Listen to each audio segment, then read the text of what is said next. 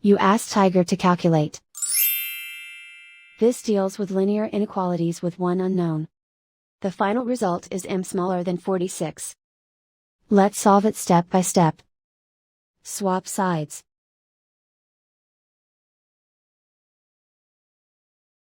Group all constants on the right side of the inequality. Subtract 57 from both sides.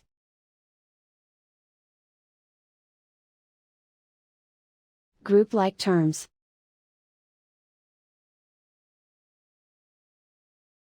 Simplify the arithmetic.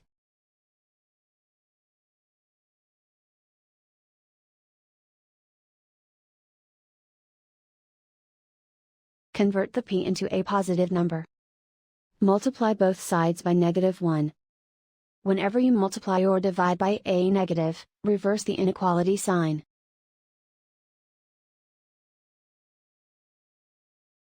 Remove the ones.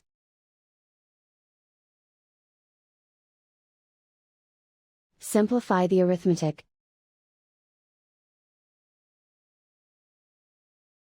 Plot the solution on a coordinate grid. And so the final result is m smaller than 46.